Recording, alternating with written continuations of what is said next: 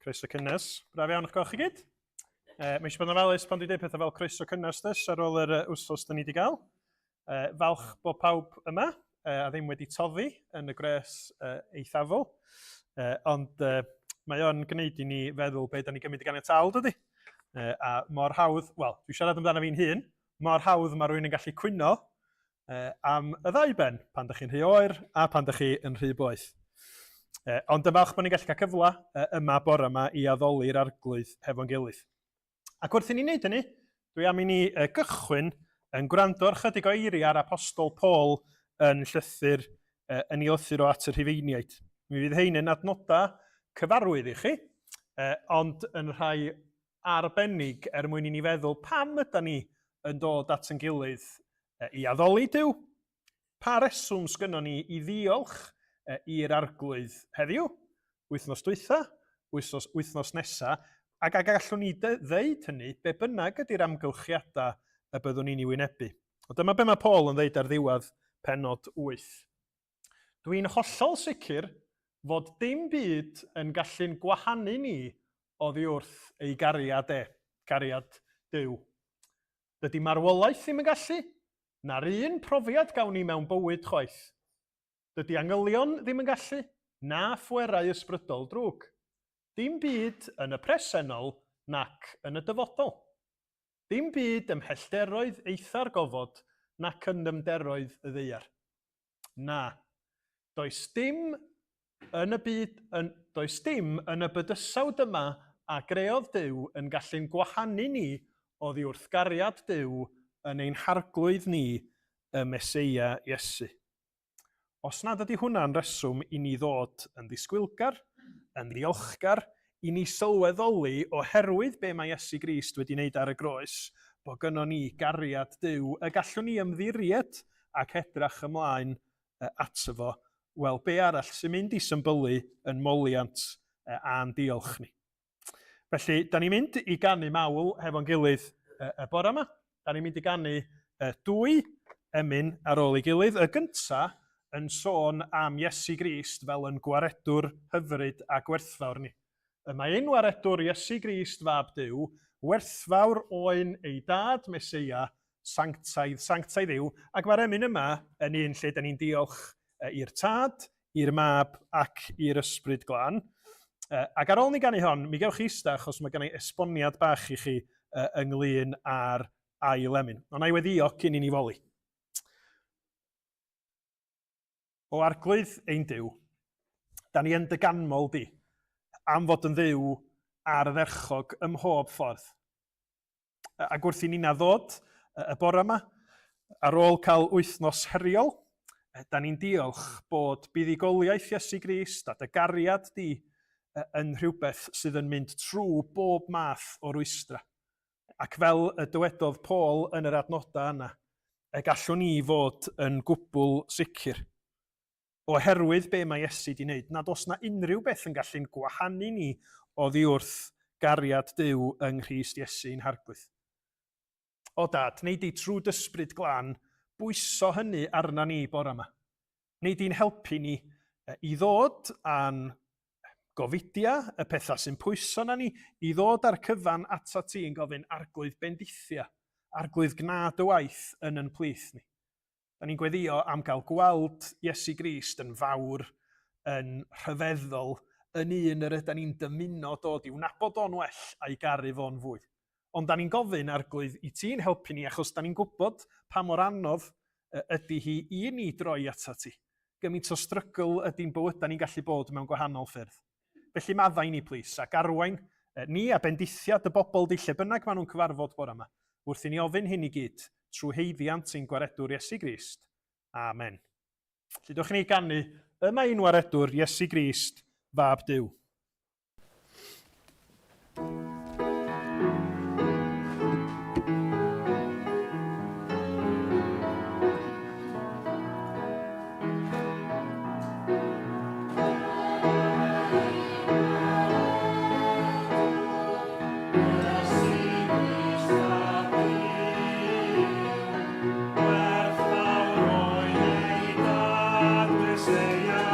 Sanctae, sanctae,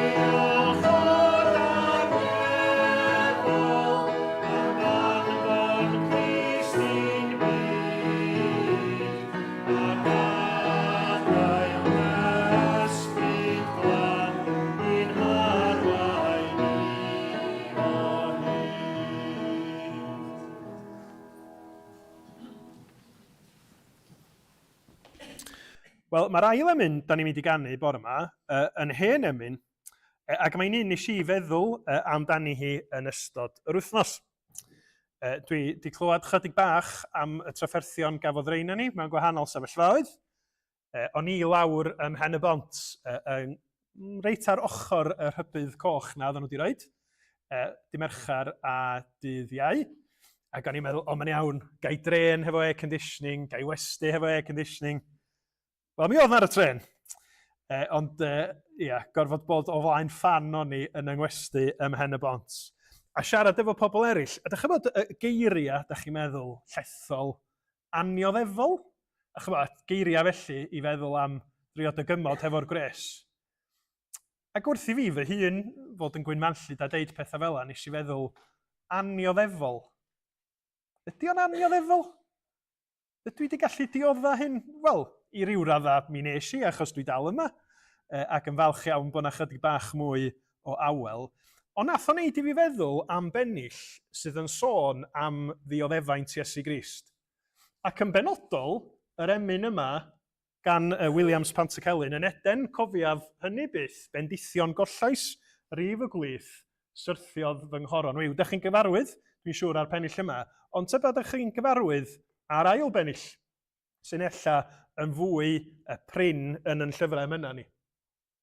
Ar galfari yng ngwres y dydd, y caed y gwystl mawr yn rhydd. Gwystl hostage, felly ni, bod ni yn hostage, bod ni'n gaeth i bechod am arwolaeth, ond y cawson ni yn rhyddhau yng ngwres y dydd wrth i'r arglwydd Iesu farw ar y groes. Sut? Trwy golli gwaed yn llu. Nawr dim heb dalu, rhoddwyd iawn, Iesu'n marw yn talu'r pris drosta ni. Nes clirio llyfrau'r nef yn llawn, heb ofyn dim i mi. Ac yn ystod yng nghyhwyno i, nes i feddwl, dychmygwch am Iesu yng ngwres y dydd, a pan da ni'n defnyddio annioddefol, mi nath Crist ddiodda mewn ffordd na all neb ohona ni ddychmygu. Ac yn gwneud y cyfan i bwrpas, mwyn i ni gael dod yn rhydd, mwyn i ni gael dod yn blant i Dduw, cael maddeuant, cael y berthynas gariadus ono hefo Dduw, a lle o'n ni wsos dwytha'n cwyno ac yn trio ffeindio ffordd allan, mi nath o dalu pob dyled oedd angen i thalu ymhlith i bobl o. Mi nath o wneud y cyfan drosom ni y poen oherwydd i fod o'n yn caru ni ar fath ryfeddod ydy bod ni'n cael dathlu a diolch iddo fo am hynny. A'r pennill ola, yn yn annog ni edrach ar Iesu Grist yn marw a'i fuddigoliaeth o a sylweddoli be mae hynny'n olygu ni. Ffydd dacwr fan a dacwr pren yr hoeliwyd arno dywysog nen yn wirion yn ddiniwed yn fy lle. Y ddraig a sigwyd gan yr un, cans clwyfwyd dau, concwerodd un, a Iesu oedd fe. A be mae Rhufeiniaid 8 yn dweud? Da ni'n fwy na choncwerwyr, achos bod Iesu wedi gwneud y cyfan yn mwyn. Felly dewch i ni ganu y dair pennill hefo'n gilydd.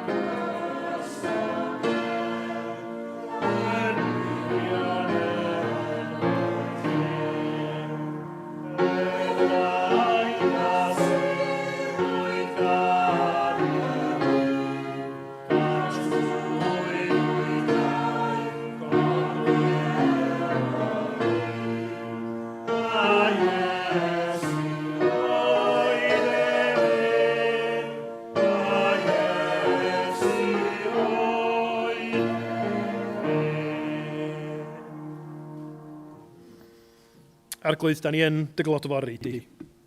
Diolch gymaint bod Iesu wedi mynd i'r eitha posib, i'r tywyllwch dyfna wrth farw drosom ni ar y groes. A da ni'n diolch bod y fuddugoliaeth ddrud honno wedi ennill i ni y goron honno o fod mewn perthynas dragwyddol a tydi dy hun. Da ni'n diolch am y pris a dalwyd ac yn gofyn ar i ti trwy dysbryd yn helpu ni i sylweddoli be wyt ti wedi wneud drosom ni. Ac nad ydi wedi costio dim i ni bod ni'n cael derbyn yn rhad wrth ymddiried yng Nghrist. Helpa ni wneud hynny. Helpa ni i fyw yn bywyda mewn diolchgarwch, mewn ffydd, yn pwyso ar aberth Crist drosom ni, ac yn sylweddoli be mae hynny'n olygu rŵan ac am byth. Tywys ni felly, yn ymoliant, yn myfyrdoda, yn gweddia, wrth i ni ofyn hyn trwy Iesu Grist, yr un goncwerodd yn mwyn. Amen. Mae gen i dipyn o gyhoeddiadau. Felly, a'i trwyddyn nhw yn go handi. Da ni'n cario ymlaen hefo'n cyfres yn edrych ar daith pobl dduw yn Exodus. Felly, Exodus 33, da ni wedi cyrraedd erbyn heno. Felly, os gewch chi gyfle i gael cip dros Exodus 33 cyn yn astudiaeth ni heno am 6. Yna fydd y cyfarfod gweddi yn hyd Dafydd a Gan nos Ferchar am hanner awr 7. Nos Wener am 6. Fyddwch chi'n cofio bod ni'n cynnal yn taith gerdded i godi pres at yr ysgol yn India.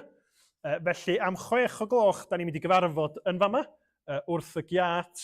Mae'r llwybr yn mynd i fyny i ganol elidir fawr, a mae'r llynnoedd marchwen mawr a marchwen bach ymhellach i fyny. Felly dyna, os da chi wedi dod i'r lle cywir, dyna be wneud chi weld. Does na ddim maes parcio, does na ddim arwyddion mawr yna. Os da chi wedi cyrraedd pen draw a giat di cael o'ch blaen chi, a ceir di parcio ar ochr y ffordd, byddwch chi wedi cyrraedd y man cywir. Byddwch yn ofalus os da chi'n rhoi y cod post i mewn, achos mae'n ardal eang iawn uwch ben Deiniolan.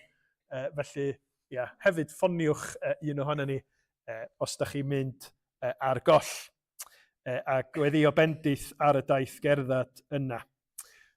Wedyn, bore dydd Sadwrn, brecwast merched yn tŷ mam a dad.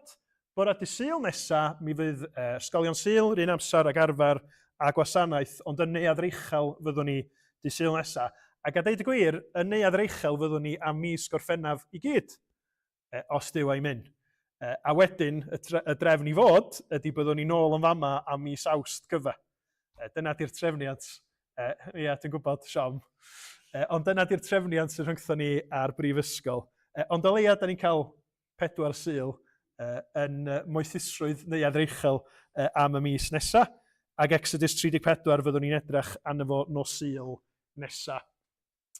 Chydig bach o bethau i'ch dyddiadur chi. Mi fydd gennym ni gyfarfod aelodau ar nos Fercher Gorffennaf y 15fed. Cofiwch hwn, a Steff sôn amdano fo dydd Sul dwytha. Mae hwn wythnos i ddydd Sadwrn ym Mryn y Groes. Mae gynna i 7 enw ar hyn o bryd. Os da chi heb roed eich enw i mi, plis gnewch, achos fyddwch chi eisiau gwneud yn siŵr bod na fwyd yna i chi. Felly cofiwch hynny, a... Yna beth arall? Na, dim o ran y dyddiadur. Cofiwch yn eich gweddi a Steff sy'n pregethu'n Llanfair fechan bore yma, a mae Dafydd Job Ro Aled. Awn ni mlaen at yn darlleniad. Da ni'n mynd i gario mlaen hefo'n cyfres Myfiws, a mae William am ddod mlaen i ddarllen i ni o Ioan, penod 11, lle da ni'n clywed am Iesu a Lazarus. Diolch.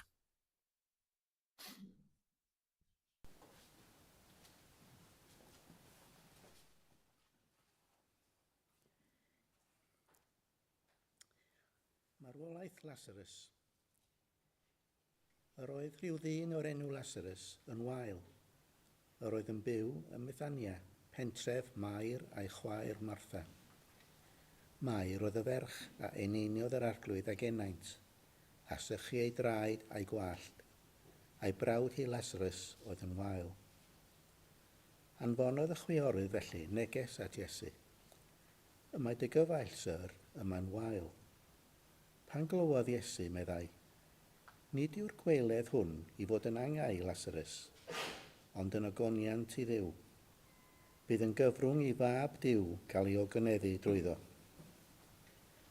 Yn awr y ddoe Iesu'n caru Martha, a'i chwaer a Lasarus, ac wedi clywed ei fod ef yn wael, arhosodd am 2 ddiwrnod yn y fan lle roedd, ac wedyn dywedodd wrth ei ddisgyblion, gadewch i ni fynd yn ôl i Jwdea.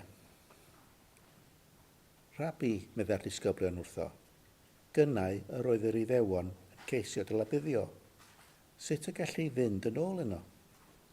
Atebodd Iesu, ond nid oes 12 awr mewn diwrnod. Os yw rhywun yn cerdded yn ngolau'r dydd, nid yw'n baglu, oherwydd y mae'n gweld golau'r byd hwn. Ond os yw rhywun yn cerdded yn y nos, y mae'n baglu, am nad oes golau ganddo. Ar ôl dweud hyn, meddai wrthynt, y mae'n cyfaill Lasarus yn huno, ond yr wyf yn mynd yno i'w ddeffro. Dywedodd y disgyblion wrtho, arglwydd, os yw'n huno, fe gaiff ei wella. Ond at ei farwolaeth ef, yr oedd Iesu wedi cyfeirio, a hwythau'n meddwl mae siarad am hun cwsg yr oedd. Felly dywedodd Iesu wrthynt, yn blaen, y mae Lasarus wedi marw, ac eich mwyn chwi, yr wyf yn falch nad oeddwn yno, mwyn i chwi gredu. Ond gadewch i ni fynd ato, ac meddai Thomas a elwyr Didymus wrth ei gyd ddisgyblion, gadewch i ni na fynd hefyd i farw gydag ef. Pan gyrhaeddodd yno, cafodd Iesu fod Lasarus eisoes yn ei fedd ers 4 diwrnod. Yr oedd Bethania yn ymyl Jerusalem, rhyw 3 kilometr oddi yno, ac yr oedd llawer o Iddewon wedi dod at Martha a Mair i'w cysuro ar golli ei brawd. Pan glywodd Martha fod Iesu yn dod, aeth i'w gyfarfod, ond eisteddodd Mair yn y tŷ. Dywedodd Martha wrth Iesu, pe buasa ti yma, Syr, ni buasai fy mrawd wedi marw. A hyd yn oed yn awr, mi yw'n y rhydd Duw i ti, beth bynnag a ofynnu ganddo. Dywedodd Iesu wrthi, fe atgyfoda dy frawd. Mi yw'n, medda Martha wrtho, y bydd yn atgyfodi yn yr atgyfodiad ar y dydd olaf. Dywedodd Iesu wrthi, mae fi yw'r atgyfodiad a'r bywyd. Pwy bynnag sy'n credu yno fi, iddo farw, fe fydd byw. A phob un sy'n byw ac yn credu yno fi, ni bydd marw byth. A wyt ti'n credu hyn? Ydw i'r arglwydd, atebodd hithau. Yr wyf fi'n credu mai ti yw'r Meseia, mab Duw, yr un sy'n dod i'r byd.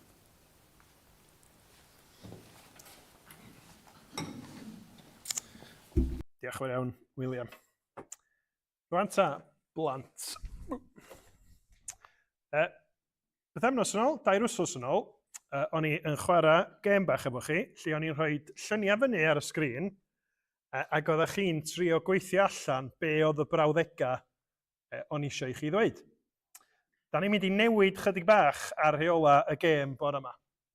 Dwi'n mynd i roi rhai lluniau a rhai enwa pobl, a be dwi eisiau i chi wneud ydy dwi eisiau i chi ddeud be di'r peth cyntaf sy'n dod i'ch meddwl chi ar ôl i chi weld y peth neu'r enw, iawn? Felly, diolch yn gorfod bod yn gwneud rhyw frawddeg, dwi jyst eisiau chi weiddi allan y peth cyntaf sy'n dod i'ch meddwl chi pan ydych chi'n gweld yr enwa neu'r pethau i fyny ar y sgrin. Iawn? Pawb yn dall? Er enghraifft. Haul. Peth cyntaf ydych chi'n meddwl ydy gwres. Yn enwedig ar ôl wsos dwytha. Na fo, da iawn. Reit, nesa. Halan. Hallt. Da iawn. Rhywbeth arall? Môr. Diddorol. Da iawn. Does o ddim atebion cywir ag anghywir, mae jyst yn ddiddorol i ni gyd wybod sut mae meddyliau ni'n gweithio. Be di'r cysylltiad, be di'r peth cyntaf da ni'n meddwl amdano fo? Ti'n meddwl am y blas. Ti'n meddwl am y môr. Iawn. Nesa. Pel. Da iawn? Pel droed. Da Iawn. Reit, rwan, da ni'n mynd i fynd yn fwy am enwau, iawn. A mae rhain yn enwau o'r Beibl. Felly pan da chi'n gweld yr enw, dwi eisiau chi feddwl am y cymeriad yn y Beibl a meddwl be sy'n dod i'ch meddwl chi gyntaf amdanyn nhw. Dafydd. Lle chi? Dafydd a Goliath. Ie. Dyna nes i feddwl hefyd. Dafydd a Goliath. Peth cyntaf da ni'n gysylltu hefo Dafydd ydy fuddugoliaeth o yn erbyn Goliath. Da iawn. Nesa. Jona. Gynan? Pysgodyn. Da iawn chdi. Achos eto, dyna da ni'n meddwl ynde. Da ni'n meddwl amdano fo y mol y pysgodyn. Chi'n barod am nesa? Os da ni eisiau dyfalu pwy fydd y nesa? O, nes i feddwl. Ti'n gwybod be? Nes i feddwl rhaid Daniel a nes i feddwl rhaid Job. Ond da ni'n meddwl bysa hynna chydig bach yn hawdd i chi. Lazarus. Ydy'r peth cyntaf sy'n dod i'ch meddwl chi pan ydych chi'n clywed y gair Lazarus? Martha Mair. O, diddorol. Achos da ni wedi clywed yn y darlleniad na Lazarus ydy brawd Martha Mair. Da. Ydych chi wedi meddwl mawr? Marw. Ie. Da iawn. Mae hwnna yr union beth yn yr hanes yn dydi. Martha Mair, marw. Rwy'n arall? Peth cyntaf sy'n dod i'ch meddwl chi fel Lazarus?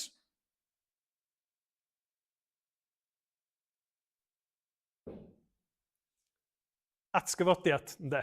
Dyna, mwy na thebyg, sut mae pobl yn defnyddio gair Lazarus dyddi yma. Chi'n bod, ni'n sôn am beldroed cynt, bod na rhywun wedi brifo ac mae o fel Lazarus, mae wedi codi nôl pan mae wedi sylwi bod o'n gallu ail ymuno efo'r gêm. Ond mae pobl sydd ddim yn credu, neu ddim yn dilyn Iesu Grist o gwbl yn defnyddio Lazarus fel esiampl o atgyfodiad. Ond da chi'n gwybod, be mae'r hanes yma yn trio ddysgu i ni?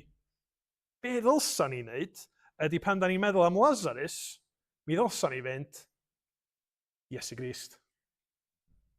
Achos mae'r holl hanes da ni wedi glywed wrth i William ddarllen, mae'r holl hanes am farwolaeth ac atgyfodiad Lazarus yn dangos rhywbeth arbennig i ni am pwy ydy Iesu. A mi glwson ni gyfeiriad bach at hynny yn un o'r adnodau. Fych chi sôn, dyma sut mae o'n Bible.net. Pan gafodd y neges bod Lazarus yn sâl, meddai Iesu, fydd marwolaeth ddim yn cael y gair olaf. Na, pwrpas hyn ydy dangos mor wych ydy Duw a bydd mab Duw, Iesu hun, yn cael ei anrhydeddu drwyddo hefyd. Felly, da ni fod i edrych ar yr hanes yma a nid meddwl, waw, meddyliwch am Lazarus a be ddigwyddodd iddo fo, ond waw, ylwch be mae hwn yn ddangos i ni am Iesu Grist. Mae o'n deud rhywbeth enfawr am pwy ydy Iesu, be mae Iesu yn ei wneud, ac mae'n gwneud i ni wedyn sylweddoli be mae hynny'n olygu i ni os ydym ni'n credu. A dyna'n union fyddwn ni yn meddwl amdano fo hefo'n gilydd weddill y Gwasanaeth. Ond mewn gwirionedd, pan da ni'n mynd yn ôl, ac yn edrych ar yr enwan a'r Beibl i gyd, mae'r hanesion i gyd, pan ydym ni'n gweddio am help i'w deall nhw, yn arwain i ddeud, waw, Iesu Grist. Achos fel nath Dafydd goncro Goliath, da ni'n gweld bod Iesu wedi concro'n gelynion i gyd yn marw ar y groes. Fel oedd Jona, y mol y pysgodyn, nath Iesu Grist fynd i'r bedd a concro marwolaeth ar y trydydd dydd. A mae'r Beibl yn annog ni i feddwl, waw, Iesu Grist, ac wrth wneud hynny i fod isio i drystio fo dros da ni'n hynny. Diolch i chi am yn helpu mi. Da ni rwan yn mynd i ganu pa mor rhyfeddol ydy Iesu Grist. Fel ceidwad yn air am rwy'n sydd yn hachub ni. O'r fath geidwad rhyfeddol i'w Iesu. O'r fath geidwad rhyfeddol i ni sydd yn credu yn efo. Gan roi heibio o goniant y nefoedd daeth ei hun i'w groes ar Galfari. Ac yna mae'r ail bennill yn dweud atgyfododd o'r bedd, halleluia. A bydd yntau yn byth yn fyw. Ar ddeheulaw y tad heddiw'n eiriol, gwrando'n cri a wnaed gwaned Duw. Chyn ni ganu efo'n gilydd.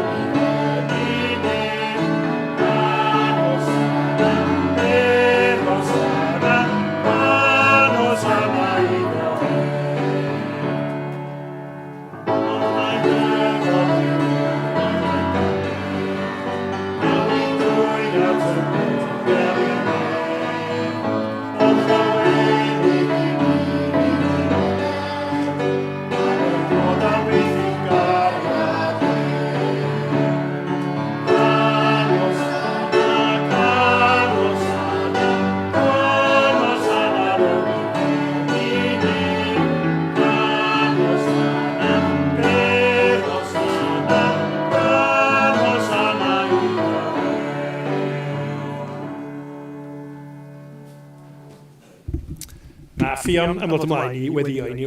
Diolch ti.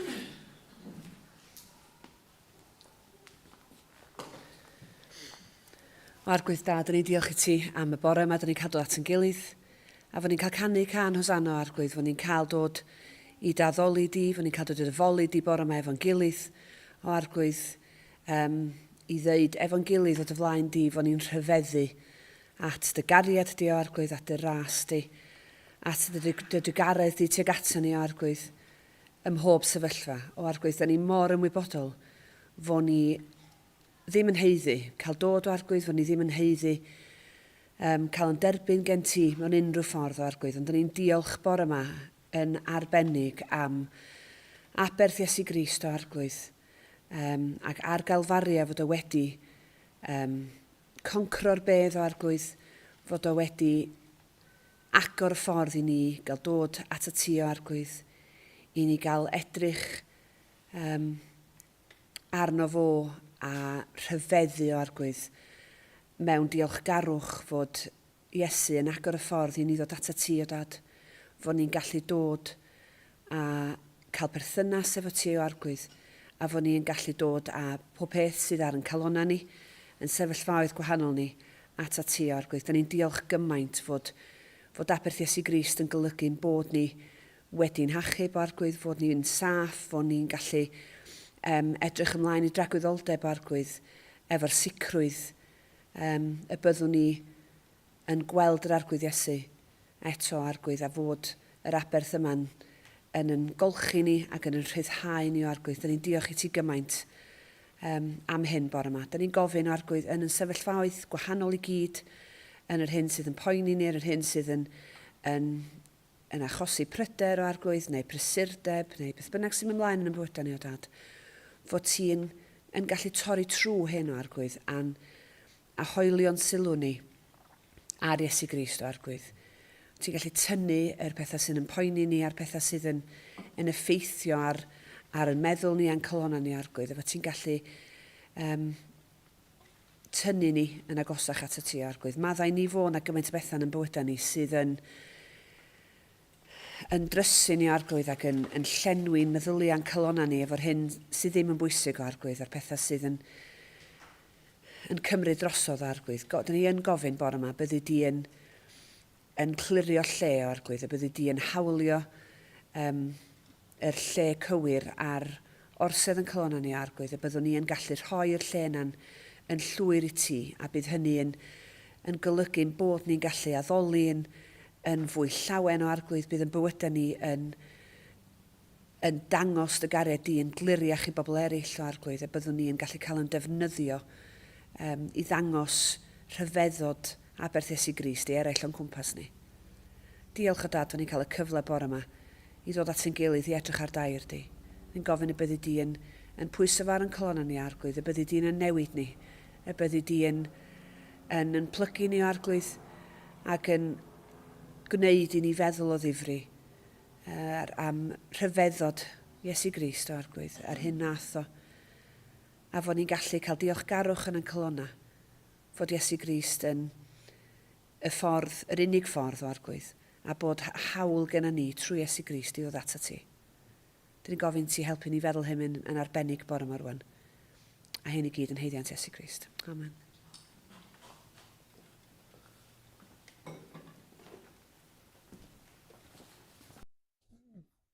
Diolch yn fawr, Ffion. A pan bod hapus wyr? Mae'n anodd i'r person sydd yn chwarae piano, chwarae pen bod hapus iddyn nhw'n hynna'n dydy.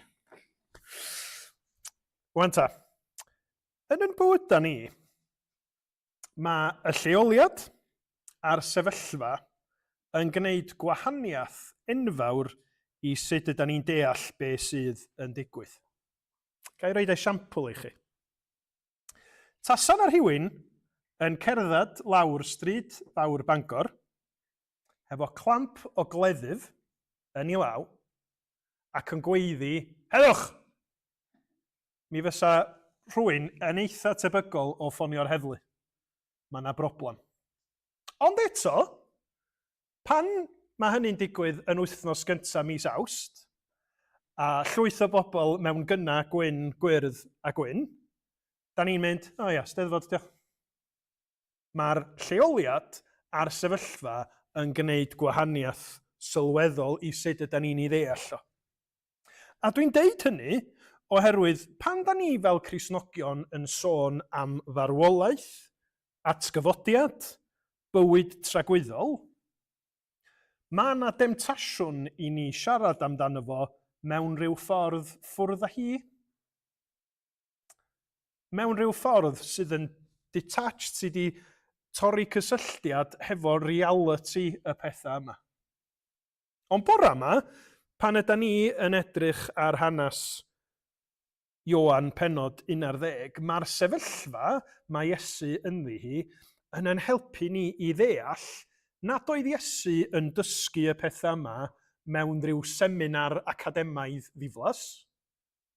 Mae Iesu yn sôn am farwolaeth, atgyfodiad a bywyd tragweddol mewn sefyllfa lle mae marwolaeth yn reality eithriadol o drist.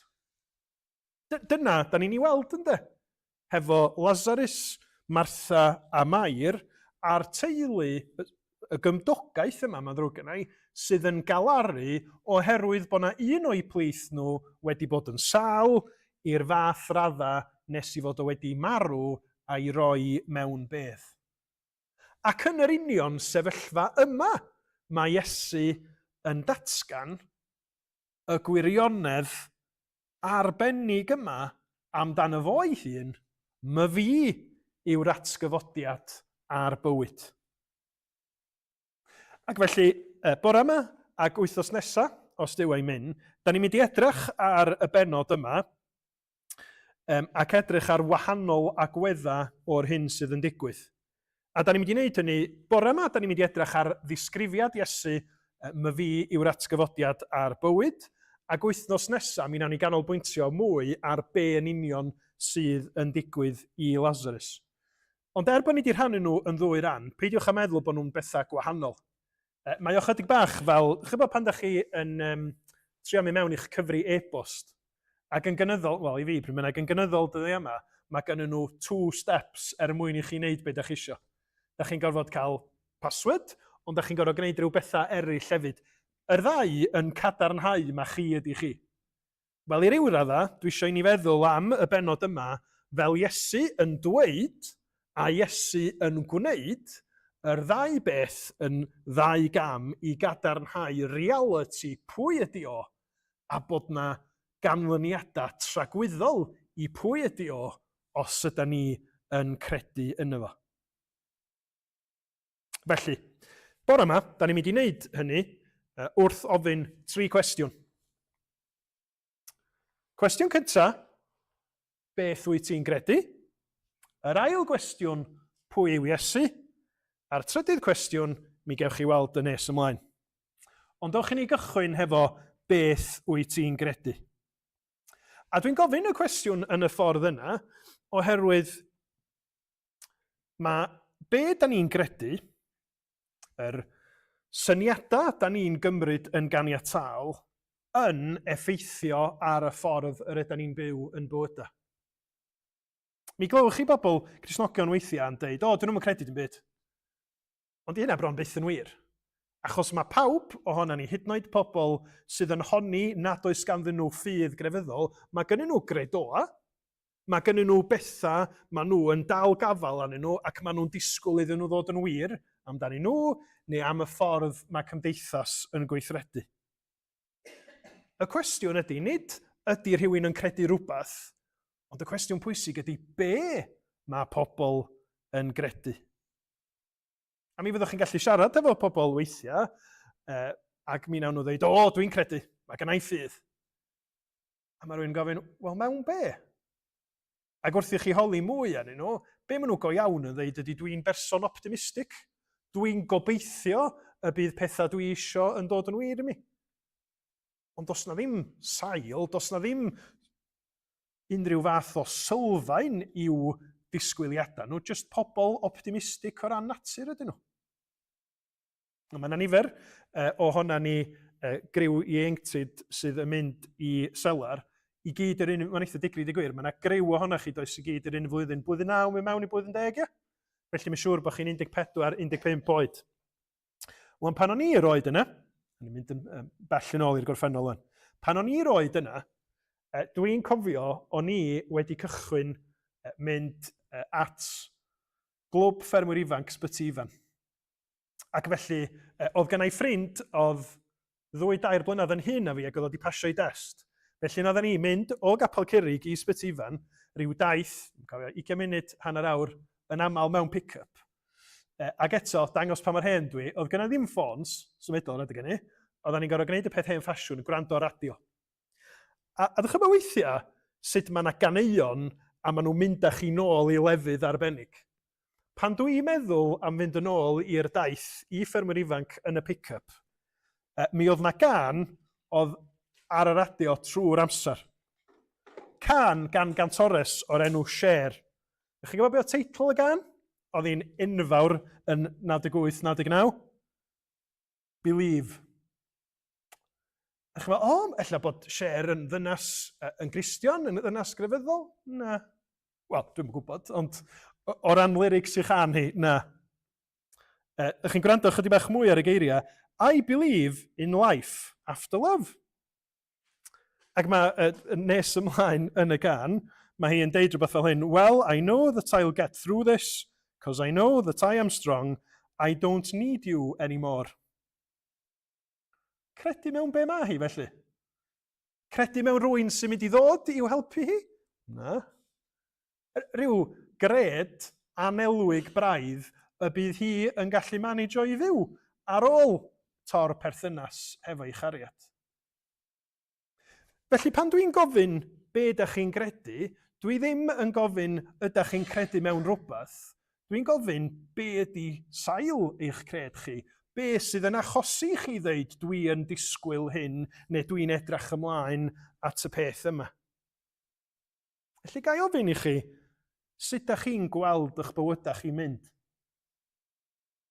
Be ydych chi'n ddisgwyl? Be ydy'r pethau yna ydych chi'n deud, wel dwi'n mynd i wneud hyn, a wedyn mae hyn yn mynd i ddigwydd? Pam ydych chi'n disgwyl y pethau yna? Ydy achos bod y Beibl yn deud bod Duw yn rhoi addewid, mi fydd hynny'n digwydd? Neu ydy achos na dyna beth sy'n digwydd i bobl o'ch cwmpas chi? A ydych chi wedi disgyn i'r trap o feddwl o dyma, be ydy bywyd normal i bobl? Mae'r Beibl oedd yn galw ni yn gyson i sicrhau bod yn disgwyliadau ni yn cyd-fynd â be mae Beibl wedi ddeud wrthyn ni. A bod hynny yn gymorth i ni wedyn i wneud synwyr o'r profiadau da ni'n gael. Os ydym ni'n disgwyl bywyd hawdd fel Cristnogion, lle mae pob peth da ni yn ei wneud yn mynd i lwyddo, yna mae'n disgwyliadau ni ddim ar sail be mae'r gair yn ei ddeud, ella bod yn disgwyliadau ni ar sail be mae'r byd di ddeud wrthyn ni. Be am farwolaeth? Be ydych chi'n credu am farwolaeth? Ella bod chi'n bobl sydd yn trio gwneud pob peth posib i beidio meddwl am farwolaeth. Da ni'n byw mewn diwylliant fel lle mae yna rei pobl yn deud siarad am bob peth ydy'r ateb, a mae yna bobl eraill yn deud, ond gawn ni beidio siarad am y peth yma, please. Ond mae'r Beibl yn trafod marwolaeth, ond yn ei drafod o safle o awdurdod, lle mae'r Beibl yn egluro i ni bod marwolaeth ni fel pobl yn dod oherwydd pechod. Cyflog pechod ydy marwolaeth, medda Rhufeiniaid 6. Felly mae o'n rhywbeth sydd yn gyffredin i bawb ohono ni. Mae o'n dod, mae o'n boenus, mae o'n erchyll. Ond eto mae'r Beibl, nid yn unig yn rhoi esboniad ohono fo, ond yn dangos i ni sut yn Iesu Grist bod na ateb i drechu marwolaeth. Ydych chi wedi bod yn meddwl am hynny? Ac nid meddwl yn gyffredinol am farwolaeth dwi'n olygu, ond meddwl am y cysylltiad rhwng Iesu Grist a'i farwolaeth a'i atgyfodiad o, a be mae hynny'n olygu i'n marwolaeth ni sydd yn credu. Be mae o'n olygu i farwolaeth bobl sydd ddim yn credu ar y farn ag uffern y byddan nhw yn ei wynebu yn ôl y Beibl. Ydych chi sylwi ar y sgwrs rhwng un o'r chwiorydd. A dwi wastad yn drysu pa un sy'n siarad efo Iesu pryd. Martha oedd hi de. Martha yn siarad efo Iesu. Ac mae Iesu yn deud, adnod 23, fe atgyfoda dy frawd, mi wn, meddai Martha wrtho, y bydd yn atgyfodi yn yr atgyfodiad ar y dydd olaf. Felly mae gan Martha gredoa ynglyn â marwolaeth. Mae hi, fel nifer o iddewon yng nghyfnod Iesu Grist, fel oedd y Pharisiaid yn credu, mi oedden nhw yn credu ar ôl marwolaeth bod na atgyfodiad i ddod, bod na fywyd tragwyddol i ddod i'r cyfiawn. Ond yn eu system nhw, mi oedden nhw'n credu bod yr atgyfodiad hwnnw'n dod ar y diwedd, ar y dydd olaf, bod o'n atgyfodiad cyffredinol ar ôl dyfodiad y Meseia. Sylwch be mae Iesu yn ei wneud. Dio ddim yn ei chywiro hi, achos mae'r Beibl yn cadarnhau na bod na atgyfodiad cyffredinol yn dod ar ddiwedd amser, ond mae Iesu eisiau mynd ymhellach efo hi. Mae o eisiau iddi hi feddwl yn ddyfnach, nid am pryd a sut marwolaeth, achos da ni byth yn gwybod hynny, ond mae eisiau iddi hi feddwl yn ddyfnach am y cysylltiad rhwng marwolaeth, atgyfodiad a pwy ydy noli arno fo. A mae hynny'n gallu digwydd mewn bywyd bob dydd, yn dydy. Mi glywch chi pobl weithiau yn deud, yr holl broblema, mae gennau hyder, mae gennau ffydd yn yr NHS. Dwi'n ymddiried yn efo. Ond go iawn, os da ni'n nodol yn y person sydd yn trin. Mae gennym ni ymddiriedais yn yr ysgrifennydd neu'r ysgrifenyddes sydd yn bwcio'n apwyntiad ni. Mae o'n dod lawr, mae'r cyffredinol wastad yn dod lawr i'r penodol a'r personol. A da ni'n ymddiried yn y doctor, y nyrs, yr arbenigwr sydd yn rhoi y gwasanaeth yna i ni.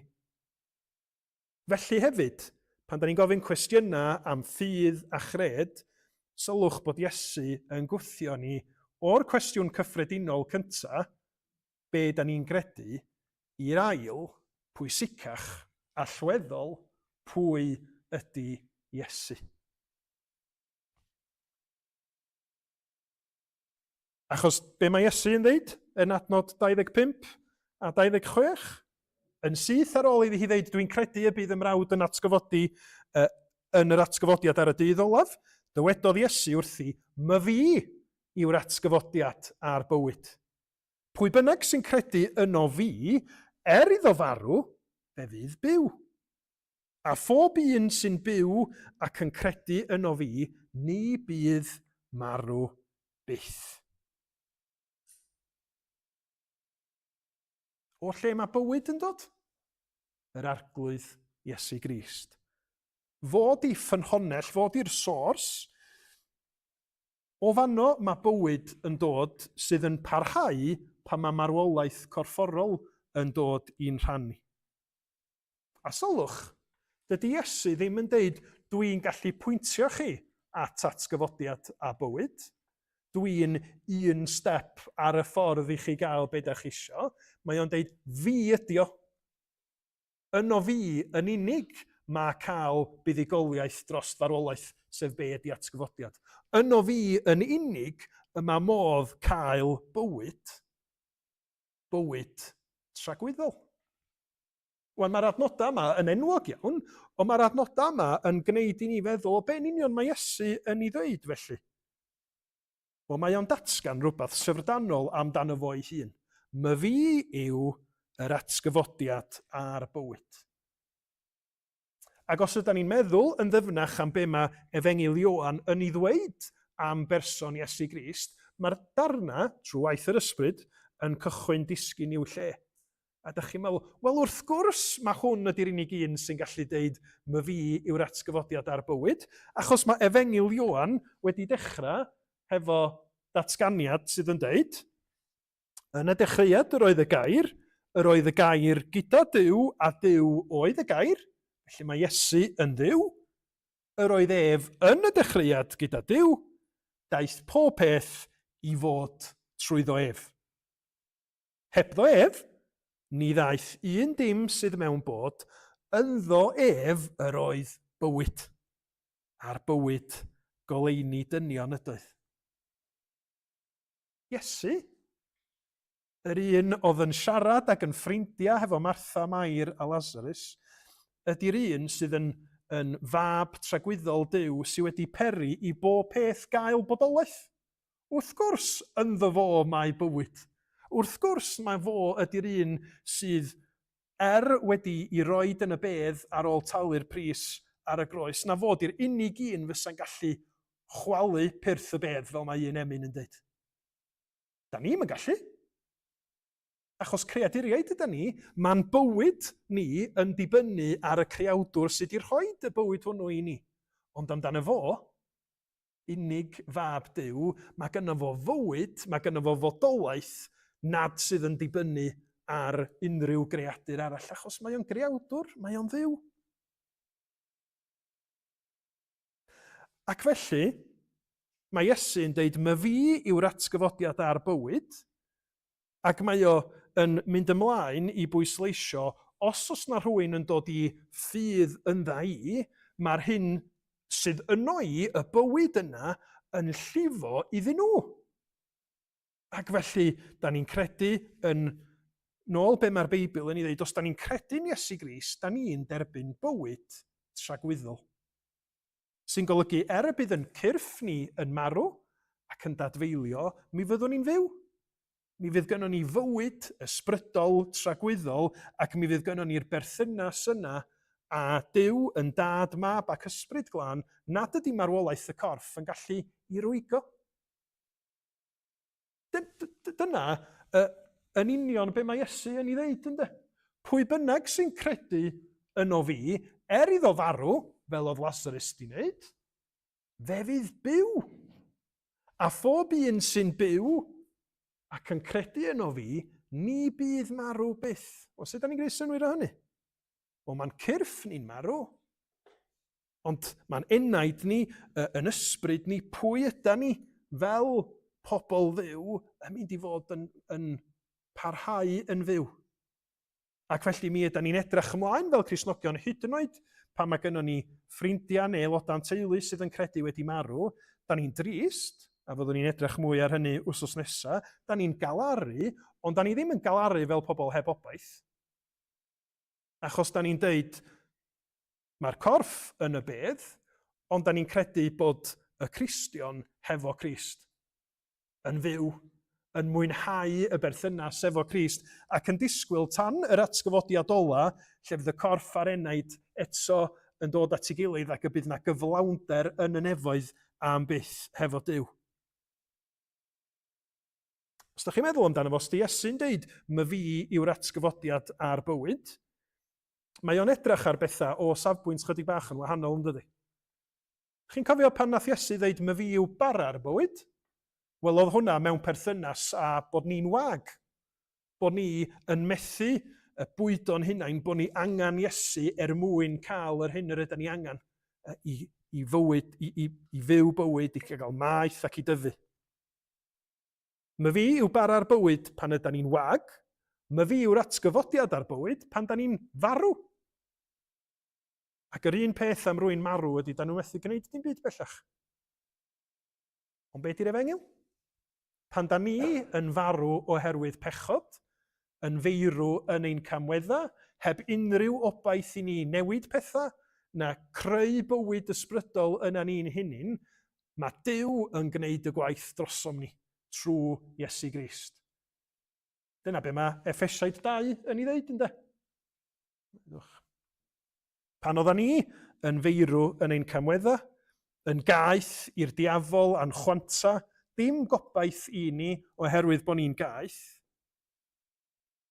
Ond, gan mor gyfoethog yw Duw yn ei drigaredd, a chan fod ei gariad tuag atom ni mor fawr, fe'n gwnaeth ni oedd yn feirw yn ein camweddau yn fyw sut gyda Christ. Trwy ras yr ydych wedi ei chachub. Yng Nghrist Iesu, fe'n cyfododd gyda gef a'n gosod i eistedd gyda gef yn y nefolion leoedd. Mae Paul yn deud yr un math. Mae marwolaeth ac atgyfodiad Iesu Grist fel petaion farwolaeth ac atgyfodiad ar yn rhan ni. Mae'r hen ni, y ni pechadurus wedi mynd. Mae'r cyfan wedi cael ei ddelio ag o ar y groes, a mae yna ni newydd yn codi hefo Iesu Grist i fod hefo Iesu yn y nefolonleaidd, yn y nefoedd hefo Duw am byth. Fo sydd wedi gwneud y gwaith. Ac felly, da ni'n dod nôl i'r cwestiwn allweddol yma, pwy ydy Iesu Grist? Da chi'n credu mae Iesu yn unig ydy'r atgyfodiad ar bywyd? Ydych chi'n credu, os da chi'n trystio yn y fo, y cewch chi y bywyd tragwyddol yna, ynghyd â maddeuant, a cael eich derbyn i brofi cariad tragwyddol Duw, achos dyna be mae o'n ei ddweud. Ond mae yna un cwestiwn arall, do, yn does? Nes i ddim roed i chi. Be da ni'n credu, pwy ydy Iesu Grist? A mae'r trydydd cwestiwn yn gwestiwn gan yr arglwydd Iesu ei hun. Diwedd adnod 26. Mae fi yw'r atgyfodiad ar bywyd, pwy bynnag sy'n credu yno fi, iddo farw fe fydd byw. A phob un sy'n byw ac yn credu yno fi, ni bydd marw byth. A diwedd yr adnod, Iesu'n troi at Martha, a wyt ti'n credu hyn? Hwna di'n trydydd cwestiwn i bore yma. Be da ni'n credu, pwy di Iesu Grist? Wyt ti'n credu hyn? Neu os gai newid ychydig bach, wyt ti'n credu ynddo fo? Yn yr atgyfodiad ar bywyd. Achos dyna ydy'r allwedd i fywyd tragwyddol. Dyna sydd yn rhoi y cysur i Gristion sydd wedi cael diagnosis terfynol gan ddoctor. Dwi'n gwybod bod marwolaeth yn dod i mi, ond dwi'n gwybod yn sicrach fyth bod hi'n ddiogel am byth yn wylo yr atgyfodiad ar bywyd. A mae gynnon ni prawf? Wrth gwrs bod gynnon ni. Achos mae'r Meseia wedi mynd o'n blaena ni. Mae o di bod yn y bedd. Mae o di concro marwolaeth ac fod i'r blaenffrwyth, fo sydd wedi mynd gynta i fod yn brawf y bydd na gynheia ni sydd yn credu yn dod yn ei sgil o. Sawl gwaith fel gweinidog o'n i yn cael sgyrsia hefo pobl pan oedden nhw newydd golli anwyliaid ac oedden nhw'n trio gwneud synnwyr o bethau. A sawl gwaith oedden nhw'n deud brawddegau fel, wel, dos a neb ohonan ni'n gwybod nag oes. Dos a neb ohonan ni wedi bod yr ochr arall. Ac dwi'n dychmygu oedd yn ngwedd i'n, oes, mae yna rwy'n di mynd yna. Mae yna rwy'n di mynd yna, mae di dod yn ôl a mae di siarad efo ni. Iesu dio. Nid Lazarus, wel mae Lazarus wedi atgyfodi, ond nid yna di'r pwynt. Mae Iesu wedi atgyfodi, ac mae atgyfodiad o yn atgyfodiad sydd yn rhoi gobaith a llawenydd a symbyliad i ni ddeud wrth bobl eraill sydd yn feirw yn eu camweddau. Mae yna fywyd ar gael i chi, dim ond i chi ymddiried yng Nghrist. Ond cofiwch, nid yn ffydd ni sydd yn ein hachub ni, ond gwrthrych yn ffydd ni Crist ei hun. Un gweinidog yn defnyddio darlun fel hyn. Dychmygwch, ddim y darlun gorau ar ôl yr wsos da ni wedi cael. Dychmygwch bod ti'n oer a bod chi yn mynd at lyn sydd i'r hewi a bod chi awydd sglefrio ar y llyn yna. Wan, fydd angen i chi ddefnyddio chydig bach o ffydd yn bydd. Y ffydd yna sydd yn golygu bod chi'n mentro ar yr hew. Ond nid eich ffydd chi sydd yn eich cadw chi rhag mynd yn lyb. Trwch yr hew sydd yn mynd i'ch diogelu chi rhag boddi. Felly, os ydych chi'n mynd ar yr hew yn betrysgar ac yn cael llygyd ac ddim yn siŵr, neu os ydych chi yn sleidio yn hyderus, diolch yn dim gwahaniaeth, trwch yr hew sydd yn eich diogelu chi. Ac felly, o ran canlyniad i ni, diolch gwahaniaeth os ydych ffydd chi yn llawn amheuon, a ydych chi'n ansicr, a ydych chi'n mynd siŵr o lot o bethau, trystiwch yng Nghrist. Achos mae farwolaeth a'i atgyfodiad o yn ddigonol i ni gael bywyd. I ni gael yn derbyn, i ni gael maddeuant. Nad ydym ni'n heiddi, ond da ni'n cael ei dderbyn achos bod Duw mor llawn trigaredd a gras tuag ata ni. A pan da ni'n meddwl am ffydd, mae o'n canoli ar Iesu Grist. A mae yna, yn hanesyddol, mi oedd y diwygwyr Protestanaidd wedi rhoi rhaniadau i'n helpu ni i wneud synwyr o'n ffydd. A nes i roed feddwl bod ni'n gwneud hyn, ond dwi'n mynd i ddysgu chydig bach o Ladin i chi bore yma. Y tair gair Lladin oedden nhw'n ddefnyddio i ni wahaniaethu rhwng elfennau gwahanol ffydd oedd notizia, assensus a fiducia.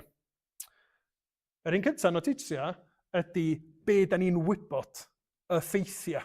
Mae hwnna'n rhan allweddol o'n ffydd ni, bod ni'n gallu gwybod mi oedd Iesu Grist yn ddyn ac yn dduw. Mae hwnna'n elfen greiddiol i'n ffydd ni. Mae'n anodd iawn i ni drystio os nad ydym ni'n gwybod trystio mewn be. Ond i hwnna ddim yn ddigon. Achos o'na lot o bobl oedd o gwmpas Iesu Grist oedd wedi weld o ac yn gwybod am ei fodolaeth o, ond nathon nhw ddim gwneud dim byd amdano fo.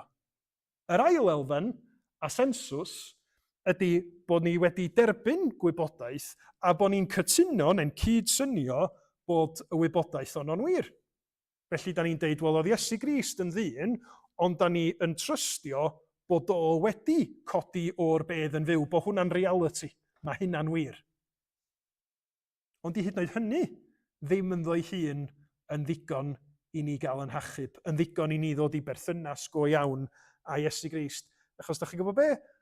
Oedd yr ysbrydion drwg yn gwybod ac yn credu bod yna lot o bethau'n wir am Iesu Grist, ond oedden nhw ddim wedi gwneud y trydydd un, fiducia, y tryst, yr ymddiried personol yna yn Iesu Grist.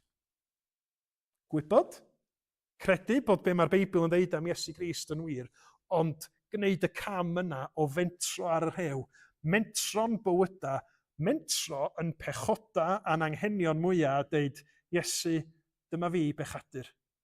Ti mywyd i, maddau fi. Rho di yr hyn dwi'n methu i gael, methu i greu yno fi fy hun. Mae'r tair elfen yna yn allweddol mwyn i ni gael ffydd go iawn yn Iesu Grist. Lle da ni an i bore yma? Be da chi wedi bod yn meddwl amdano fo? Be da chi'n ddisgwyl? Be da chi'n gredu yno fo? Bwysicach, pwy di Iesu Grist i chi? Darllenwch Ioan 11 a meddyliwch am be mae Iesu hun yn ei ddeud ynglyn â canlyniadau credu yno fo. Y bywyd yna nad os na neb na dim yn gallu gipio oddi arna ni. Ac yn ola, gofynnwch i chi hun, a wyt ti'n credu hyn? A wyt ti'n credu yng Nghrist fel yr atgyfodiad ar bywyd? Fel yr un sydd wedi marw mwyn i ti gael maddeuant? Mwyn i ti gael profi bywyd tragwyddol? Rwan fydd yn parhau am byth. Achos be nath Martha, yn gwybod os ni'n gael gwiriad yna. Be ddudodd Martha fel ymateb? Ydwyf arglwydd. Sylwch, nid dwi'n cytuno hefo'r theori, ydwyf arglwydd, yr wyf yn credu, mai ti yw'r Meseia, mab Duw, yr un sy'n dod i'r byd. Dwi'n trystio yn pwy wyt ti, a bod hynny yn ddigon i mi, hefo fy mrawd yn y bedd, hyd yn oed pan dwi yn dod i'r bedd fy hyn. Boed i ni trwy'r ysbryd, gael cyfle i fyfyrio ar yr her yma, cael cyfle i weld mawredd Iesu Grist, ac mewn ymatab i hynna bod ni'n cael ymddiried yno fo, mentro'n hynny'n yn llwyr iddo fo, a cael dechrau dod, neu parhau, yn dibynnu ar lle da ni anni, parhau i foli yr arglwydd Iesu yma, sydd yn heiddi yn clodydd anfeidrol ni. A dyna lle da ni'n mynd i orffan yn Gwasanaeth, da ni'n mynd i ganu yr emyn clodydd anfeidrol sydd i Iesu gwyw. Fy o'r, fy rhan, fy mara bywiol yw. Ynddo rwy'n byw ac arno rhodd ymhwys. Pam? Achos da ni'n trystio, da ni'n gwybod, da ni'n ymddiried yn hyn iddo fo, gwaredu wna rhag distriw angau dwys. Chwn ni ganu efo'n gilydd.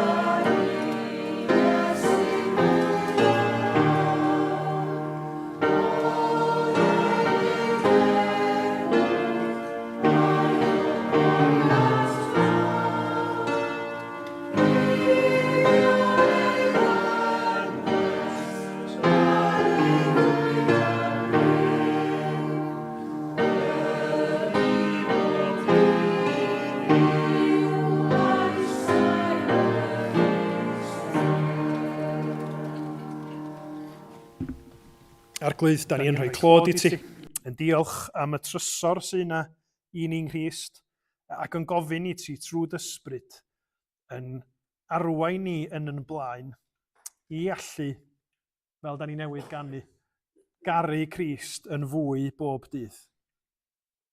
I fod o'n disgleirio o'n blaena ni, beth bynnag ydy'r pechod sy'n pwyso na ni, beth bynnag ydy'r braw all fod i'n rhannu. Arglwydd, gnad y waith yn plith ni heddiw a gydol yr wythnos, mwyn I ti gael y clod, mwyn I ni brofi bendith dy gwmni a dy ras di.